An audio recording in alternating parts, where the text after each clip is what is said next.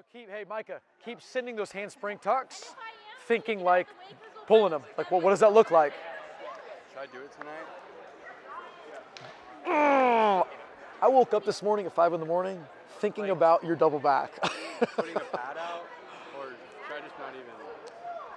Like, I'm definitely getting higher here, I think. You are. After this, I'll go down there and just like do it into the pit a couple more times and just see what I feel. And do you want to come up here then and try it, or call it a night? We're going to be here tomorrow. It's really up to you. You got to decide what's going to work for you. Okay, here we go. Ready? 1, 2, 3.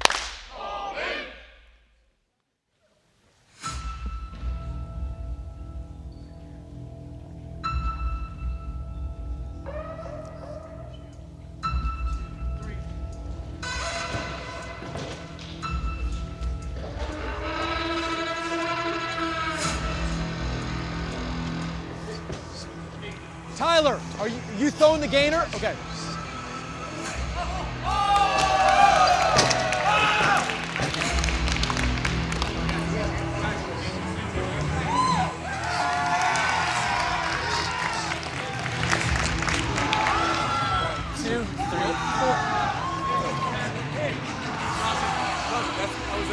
Okay, sorry. They just asked me right before. You're good. Oh, they didn't know. You have enough. You have enough. Should I stand there waiting for my spot, or should I kneel? Kneel and do it right before you need to stand up.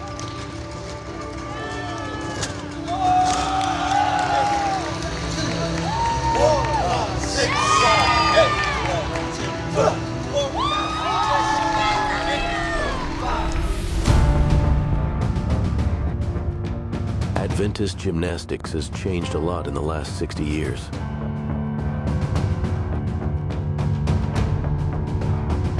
In the early days, schools had more artistic programs with apparatus before acrobatics and pressing pyramids took over.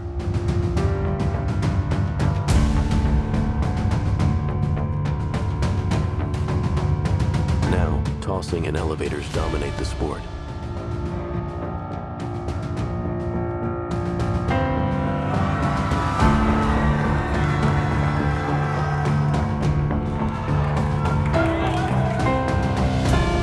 What started simply as a physical education class at various Adventist schools soon became a sport of its own.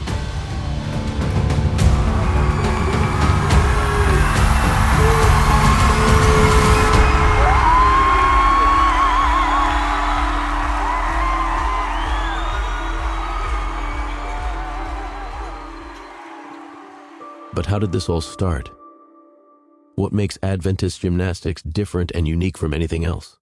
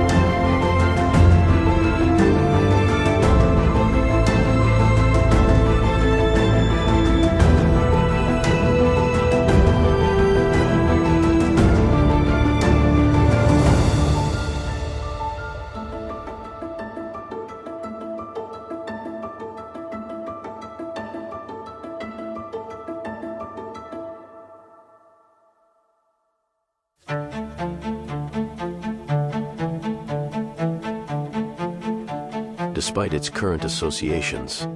For many centuries, the word gymnastics was used to describe physical exercise of any kind. It wasn't until the 19th century that the sport we currently associate the word with started to take shape.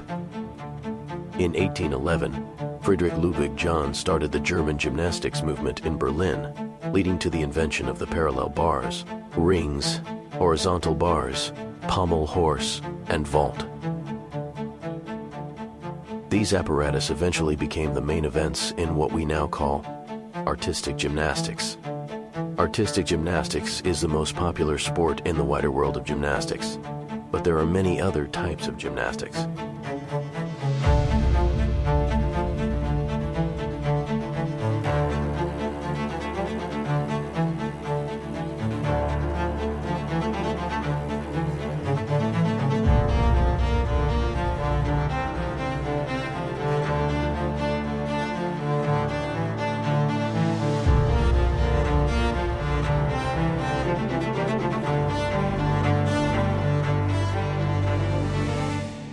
The earliest pioneer in Adventist gymnastics was William Napier.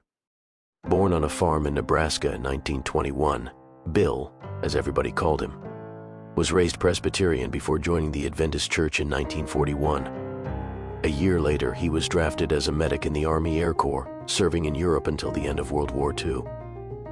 Upon his return home in 1946, Bill attended Union College while also taking physical education classes at the University of Nebraska. After finishing his undergraduate studies, Napier briefly served as a teacher at Union College Academy before accepting a physical education job at La Sierra College. 1 year later, in 1951, he founded the first Adventist gymnastics program. Around the same time, exhibition gymnastics was starting to become popular around the country. In 1949, Florida State University started an exhibition gymnastics team that traveled around the country, performing shows instead of competing. Florida State's exhibition team was inspired by Springfield College in Massachusetts, who began their traveling exhibition program in the early 1900s under Leslie Judd, the pioneer of exhibition gymnastics. Springfield College's shows would include handstand acts, dance selections, comedic antics, marching drills, and pyramids. After a few years of incorporating artistic gymnastics, Adventist colleges and academies started to adapt their programs to the Springfield style of exhibition gymnastics. When I first started, I would take equipment with me, but you have a beginning student. What types of skills can they do that I would get excited about watching? I mean, you look at the Olympics and a beginner does nothing. And so I quit traveling with all the equipment. We went to doing more balances. So to me, acrobatics is more exciting. It's like watching floor X with hand balancing and somersaulting and all kinds of stuff and tumbling all mixed in together. And that's more of a show. We did a little exhibition. We had a box and we did tumbling. We had a mini tramp. And that was the beginning of gymnastics in Adventist activity, I think, that was different from apparatus. Part of that came from back east from Springfield College. In May 1905, Springfield College performed the first ever home show, a tradition that Adventist teams would eventually adopt as the final and most important show of each school year.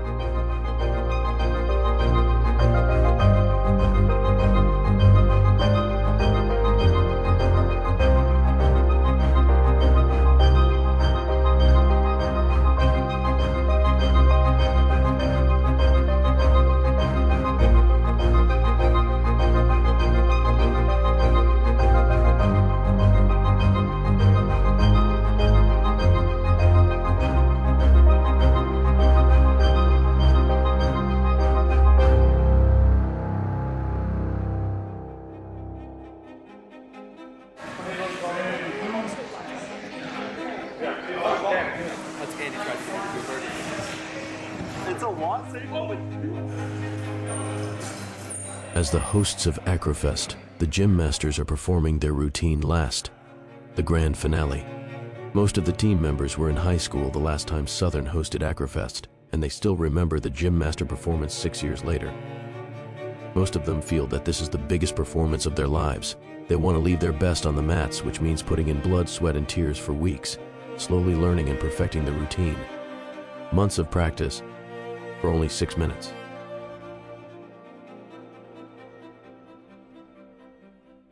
Throughout the 1950s and early 60s, Adventist Gymnastics was slowly developing on the West Coast, with La Sierra leading the charge, followed by programs at Pacific Union College, Loma Linda, and Walla Walla College. Academies were following the trend not just on the West Coast, but in Michigan, Texas, and the Southeast. Southern Missionary College began to realize their need for a gymnastics program. They realized that most of the academies in their region had gymnastics teams. They hired Cyril Dean from Pacific Union College to begin a gymnastics program at Southern. It would take Southern Missionary College almost 15 more years to establish a team. The idea of a full acrobatic performance team was still a dream for many colleges, but for Cyril Dean's PUC replacement, the dream was alive. Robert Kalua is arguably the most influential figure in Adventist gymnastics. He was the coach at Andrews University for nearly 40 years, revolutionizing how Adventist schools perform, and started the first ever Acrofest in 1991. But in 1957, his dream was shared only with his good friend and pairs partner, Gene Wilson.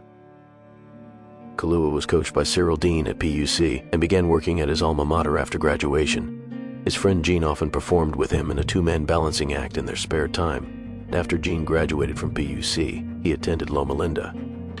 They often talked about creating a co-ed acrobatic team of 40 to 50 students, and when Gene found a potential practice location on a hillside on the campus of Loma Linda, the two of them started shoveling out a practice area for their acrobatics team. While the two were creating this practice area, an event took place that would inspire the name of their future team. On October 4th, 1957, the Russians launched the first satellite into space, Sputnik 1. The whole world was looking up, and Kalua was inspired by the gravity-defying stunts of American and Russian scientists. Kalua and Wilson combined the word gymnastics and Sputnik to create their team's name, the Gymnics.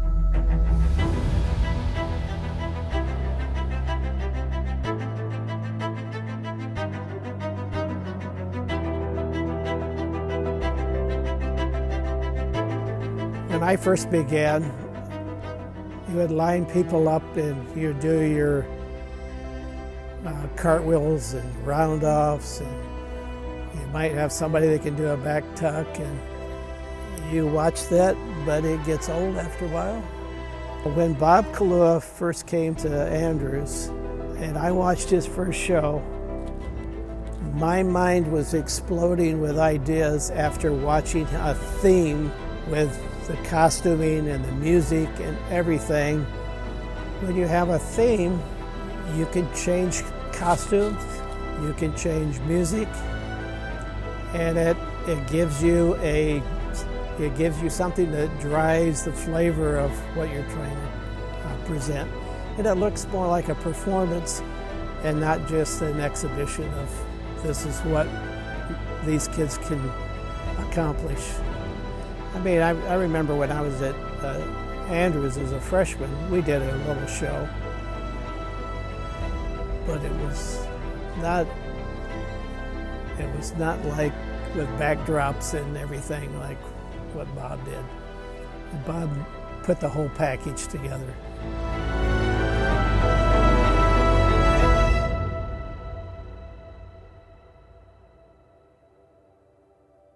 The Gymnics' first home show at Andrews was held in 1969, and the following summer, they traveled to Switzerland to perform for 20,000 Adventist students at the World Youth Congress. The following school year, 200 Andrews students tried out for the team. Those trying out were not only drawn to the team because of the increased skill level and showmanship, but because of Coach Kalua's Christ-centered approach to building a community within his team. The original intent of Adventist gymnastics programs were to teach physical fitness and to use shows as a recruitment strategy. These goals were still important to Kalua, but he was more concerned with using his team as an opportunity for ministry for both his athletes and his audience. In 1970, the Gymnics performed throughout the Midwest. One of their most memorable shows was for the world's largest walled prison in Jackson, Michigan. After the show, the team received a letter from one of the inmates. The letter read, "I saw what should be listed as the most greatest show on earth. If Christians are as happy as those young people are, then that is what I want." The inmate went on to credit the gymnastics performance as his inspiration to follow Christ. Meanwhile, Southern Missionary College decided to truly invest in their gymnastics club, and in 1976, they hired Phil Garver from Mount Vernon Academy to come be the first official coach for Southern's gymnastics team. There was a club, and it had been in operation for a long time. And they had some good gymnasts, apparatus people, and which includes tumbling. And then Bob Kalua was the guy that kind of got the world looking at this whole thing of gymnasts connecting with kids in a way that bands and choirs couldn't. I came as a paid employee of Southern, half-time of my salary, to organize and make this gymnastics team become something very, very valuable. Because at that point in time, the gymnastics had kind of stolen the show up at Andrews, and we didn't want to lose kids up there. Even though gymnastics and acrobatics was bigger than ever, the lack of standardized safety measures endangered the sport in the late 70s and early 80s.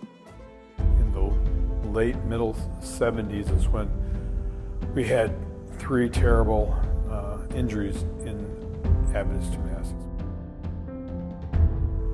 And then they were going to take everything away. Anything that could make you go in the air, no teeter boards, no. And so we went a long time without things. There were no safety mats around the springs. And anybody could stand around the trampoline and you'd pull it out and it was, 4 feet off the ground. And there was nobody there saying, don't do somersaults, and so people would try stuff. And so for them not to get sued, they padlocked it up. But, years later, gymnastics came out with their safety procedures.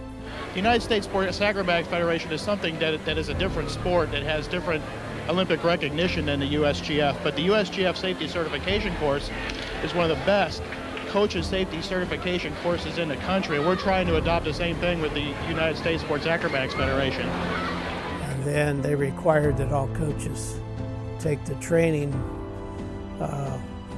and be certified, which made a big difference.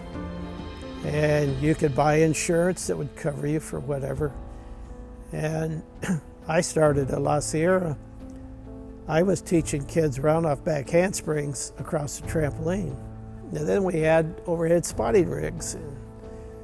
And, you would learn how to safely use an overhead spotting rig, and you could teach all kinds of skills that would make it safe. With the standardization of safety in the United States, acrobatic gymnastics competitions were growing in popularity. Competitive acrobatics, also known as sport acrobatics, had been popular in Europe for years, but was becoming organized in the United States in the 1970s and 80s. One of the newer outgrowths of traditional gymnastics is something called sports acrobatics, and over this past weekend, the finals of the U.S. Sports Acrobatics Federation were held right here in Santa Monica. It is a sport that is very popular in Russia and the East European countries and will probably be included in the 1984 Olympics. It has not been widely practiced in this country. We thought we'd take advantage of the opportunity to present the couple who have won the American National Championship for the past 3 years in a row, and they're here this evening, as we mentioned. Very likely, again, it will be an event that you can look for in the 1984 Olympics. A nice welcome now for Igor Ashkenazy and Stacy Tutton, ladies and gentlemen. Well, I had seen a mixed pair that had been at PUC that had gone to nationals the year before, and I thought, well, if they can go to nationals, I could surely do that. We went up to Sacramento. We had to do a regional competition to qualify to go to nationals. And so I qualified 3 of my group as beginner levels, or intermediate levels, I think we had to be. to go that summer back to Hawaii to compete, and they had encouraged me to put in an application to host the national competitions. Well, private clubs had been doing it for a number of years in the U.S. After being there that summer and with kids competing, I thought, I can do this. I got the deal to do it. The next year, we hosted the 1988 National Championships at La Sierra. A year later, Andrews hosted it. And I had heard that Coach Kalua, who was still at Andrews, was going to host the Sports Acrobatic Nationals.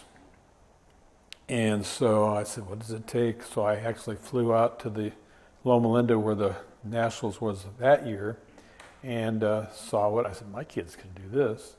So I went back, got a little team started. Of the 20 of us that went, 18 came back with medals. And so we thought we were pretty hot stuff. And people were asking, oh, what do you, because we still had the Sabbath issues and stuff that were there, and what are you going to do if you get really good and you got to go to Sabbath? And I said, we're never going to be that good. A few years later, Schwartz was coaching an elite men's four that would win the national championship and qualify for the World Games. The experience would go on to define the rest of his life. And at Christmas time that year, one of the bases said, I'm done. I can't stay down here. I need to go back to where my life is and stuff. And so the other three guys came to me right before Christmas break, or during Christmas break. Hey, Coach, would you step in for this guy? Well, I was overweight, out of shape, hadn't done gymnastics in a long time. Coached it, but I hadn't done anything for quite a while. And thought about it. I said, I'll try. And I put myself on a very strict diet and with exercise and everything else, and I lost 35 pounds in 6 weeks. We went to nationals, won nationals at the elite level, and were asked to go to world championships.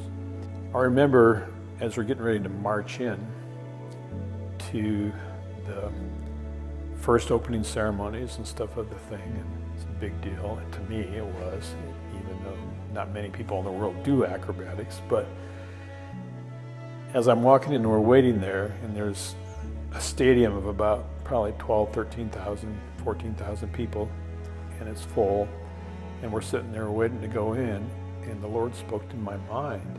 He said to me, he says, Rick, you've gone through so much to have this opportunity. You lost all this weight, you exercised, you learned how to tumble again, and all this kind of stuff that I had to have.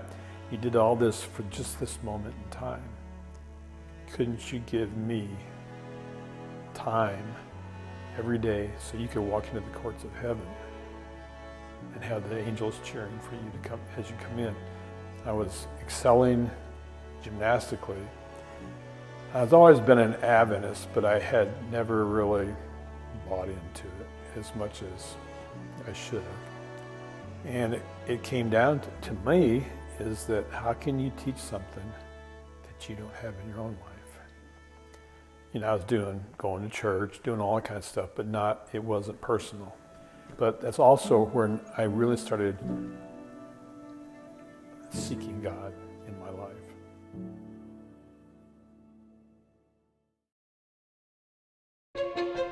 Once the schools arrive, the clinicians and the hosts get to work running stations.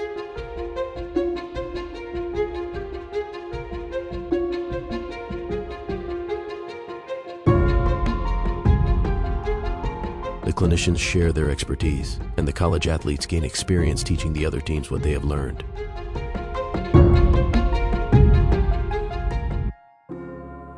While schools like La Sierra and Spring Valley put a lot of time and effort into competition, most schools chose to continue to focus on exhibition gymnastics in an effort to avoid Sabbath conflicts and to continue to emphasize the educational benefits of the sport. But even though competition didn't catch on, another type of event was starting to emerge: the clinic. When I first went to La Sierra, the first year they had what they called a tri-college meet.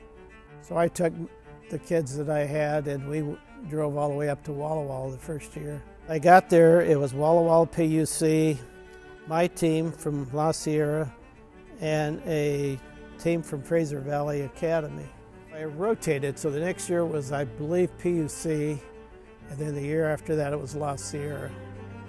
The first year we had it at La Sierra, I believe Phil Garver at that time had invited the mixed pair from Louisiana to come out here and do a workshop here at Southern.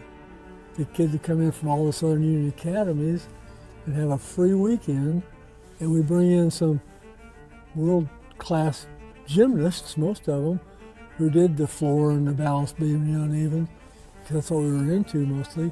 So it didn't take us long, though, for Billy Wolcott to realize over at Pisgah there's this acro sport stuff going on, and he went to the national championships and saw Igor Escanabi and some people got acquainted. So that's how everything, then he said, let's bring him here for a clinic.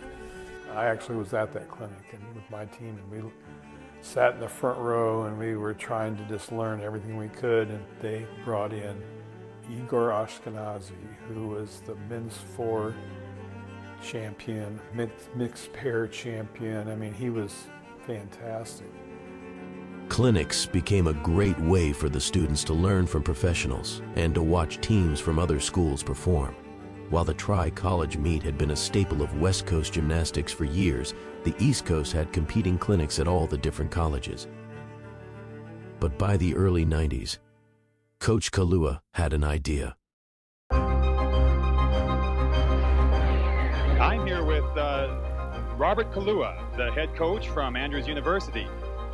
Mr. Kalua has long been known for gymnastics. In fact, in the Seventh-day Adventist organization of gymnastics, he's been thought of as the father of gymnastics. There's obviously a lot of electricity here tonight, Coach. And several years ago, I guess 2 years ago, you were the first school to have the Acrofest. How's it gone? Is it what you expected? Now it's spread all over. We're going to fight spread all over. There are thousands of young people all across the country. Father God, bless these athletes in a special way tonight as they perform for your glory. I pray that you'll keep them safe, help them to remember the things they've learned, and to put to practice the techniques that will make this a very efficient, professional-looking, and ongoing program. Guide and direct in everything that we do and say, that Jesus will be exalted. And again, thank you for this group of young people committed to the principles of Christian living. We ask it in Jesus' name. Amen. Tell us a little bit about where gymnastics has come from, what you've seen over the years, and where it's at now.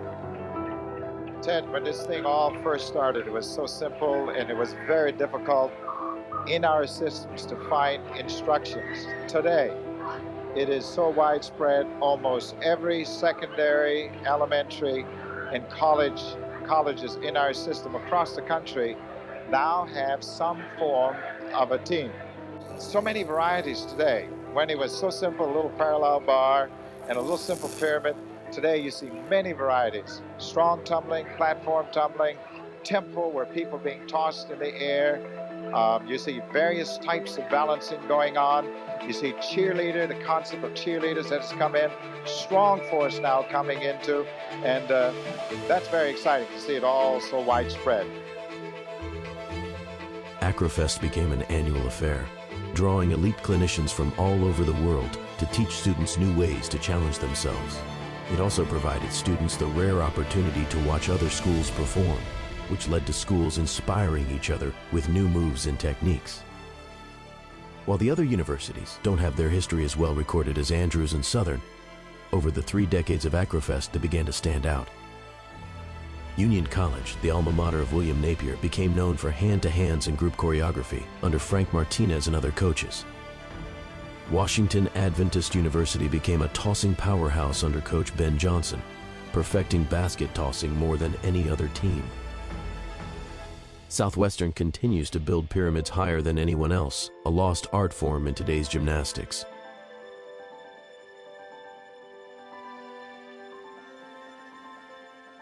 Burman University in Canada has a 50-year history in gymnastics, and while Acrofest is often too far for their team to attend, the Acronaires continue to perform across Canada. Antillean Adventist University in Puerto Rico has been able to attend the last several Acrofests, bringing other Puerto Rican schools with them and bringing the sport into the Caribbean. In 1984, Ted Evans became the third coach of Southern's gymnastics team. Shortly after taking over the team, Evans asked fellow professor Steve Jakes to assist him.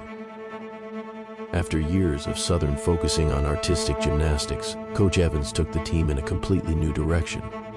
Not only did Evans and Jakes bring acrobatics to Southern's program, but they also introduced cheerleading elements to the team, including elevators and tossing. Their new style was faster, more energetic, and gravity-defying. The identity of the team was changing. With a new style came a new name, and Evans saw the potential of using his team to promote the health message to people across the country. A new idea formed. In addition to schools, what if they performed at sporting events, in front of thousands of sports fans in arenas and stadiums?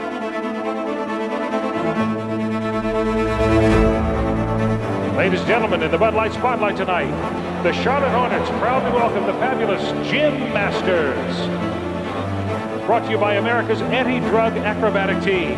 This unique group of athletes promote a drug-free life and go through their effort of hundreds of American young people to make commitments to be drug-free.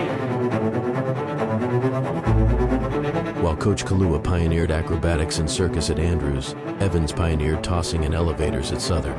Ever since their introduction, both elevators and tossing have become essential to Adventist gymnastics.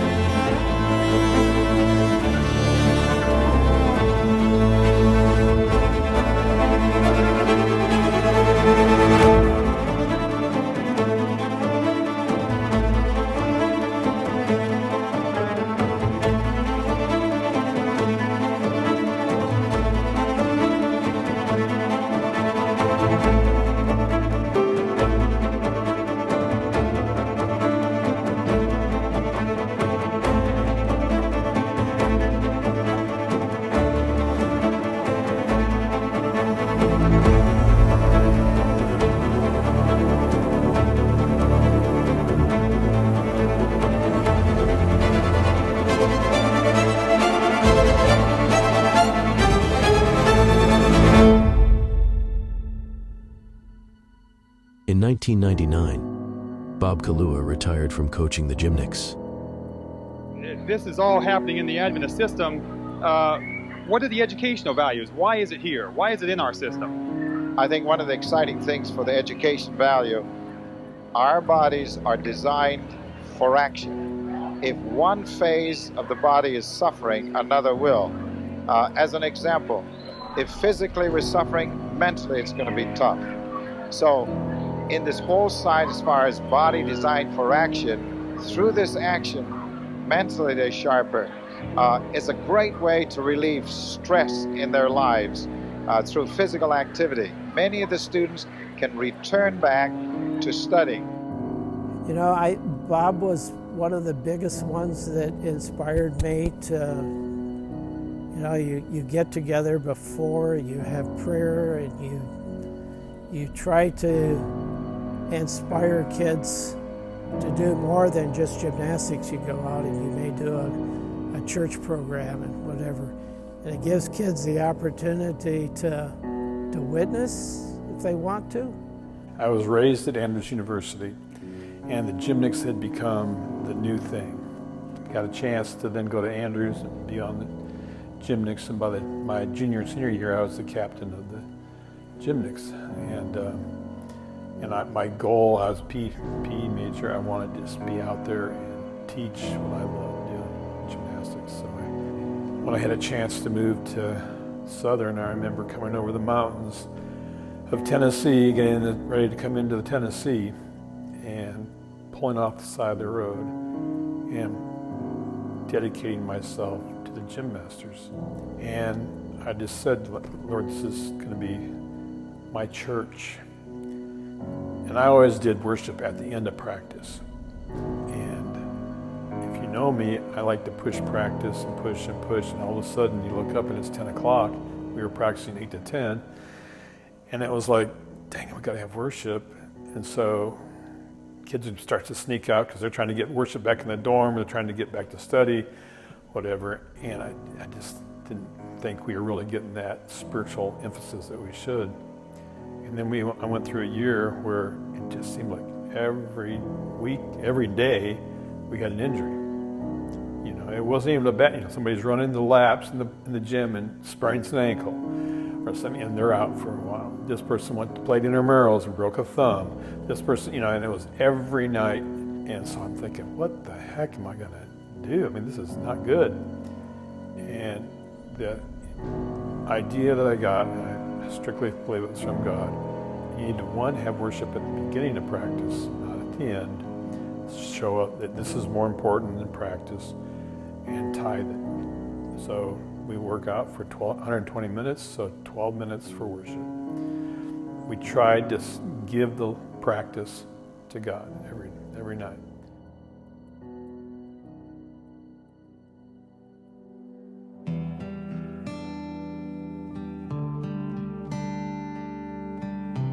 Tonight, I would like to propose that the best way to be is in a place where you're expecting whatever God has planned for you. And because we can't tell the future, we have to expect the unexpected. He makes all things beautiful in His time. He has put eternity in their hearts, except no one knows all the work that God does from the beginning to the end.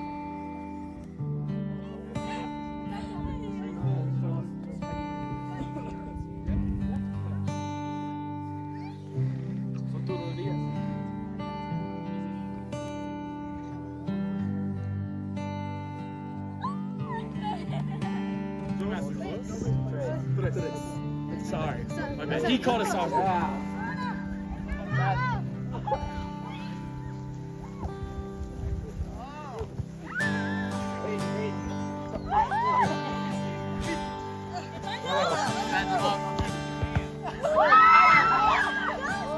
We need a generation to step up and decide that they want to be a part of something like this, to take it to the future.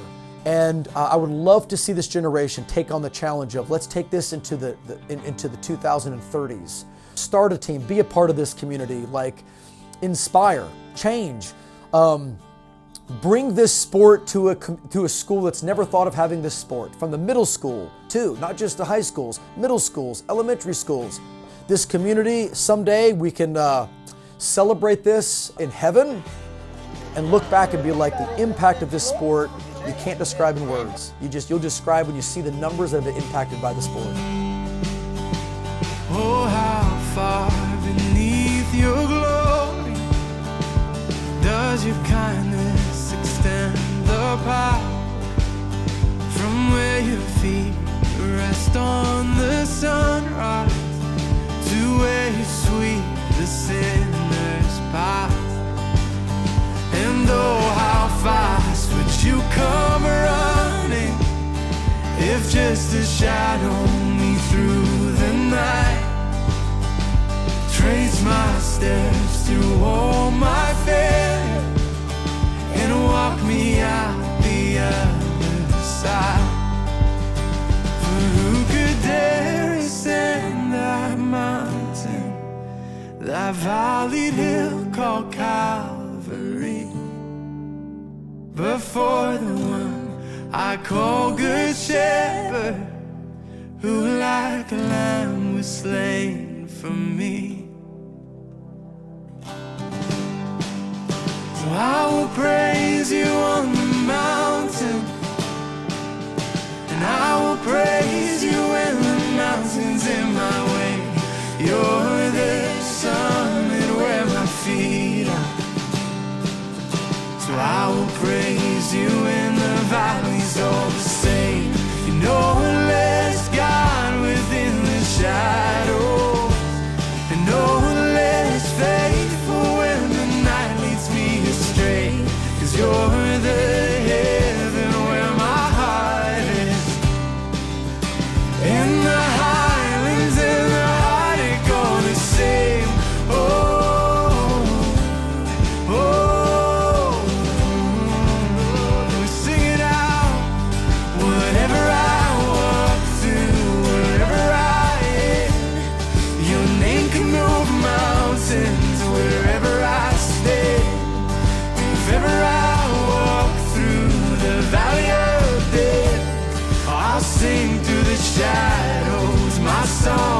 sin.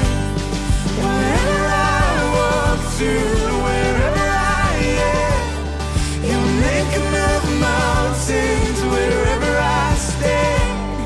And if ever I walk through the valley of death, I'll sing through the shadows my song of ascent. You know, a lot of the teams would be anti-drugs, anti-smoking. Well, yes, we're against that, but we're more positive lifestyle changes in your life. Positive lifestyle, you have a goal, work toward it, and those types of things is kind of where I was ending with, and it's cool to see it continue. Different places, all the coaches have changed at some point in time, and it's good to see it still going. Well, it's just an opportunity to get the whole body involved in fun and not worry about winning and losing. To me, that's, in order to have a winner, you have to have what? A loser. You know, and that's not how the God that I worship and love has planned things. He had to lose so we could win, but he paid the price that he's paying for eternity. That's a choice he made so that we could have eternal life. I'm not a preacher. But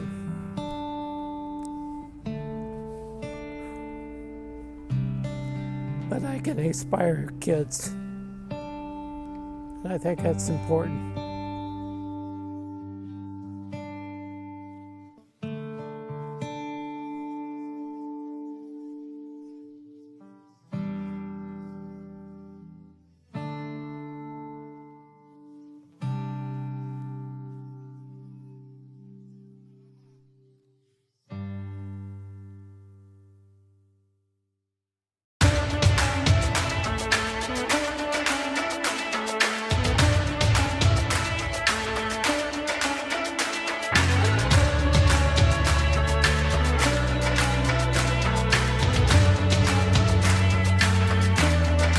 If I could reach into the sky, pull down every star, know every answer why.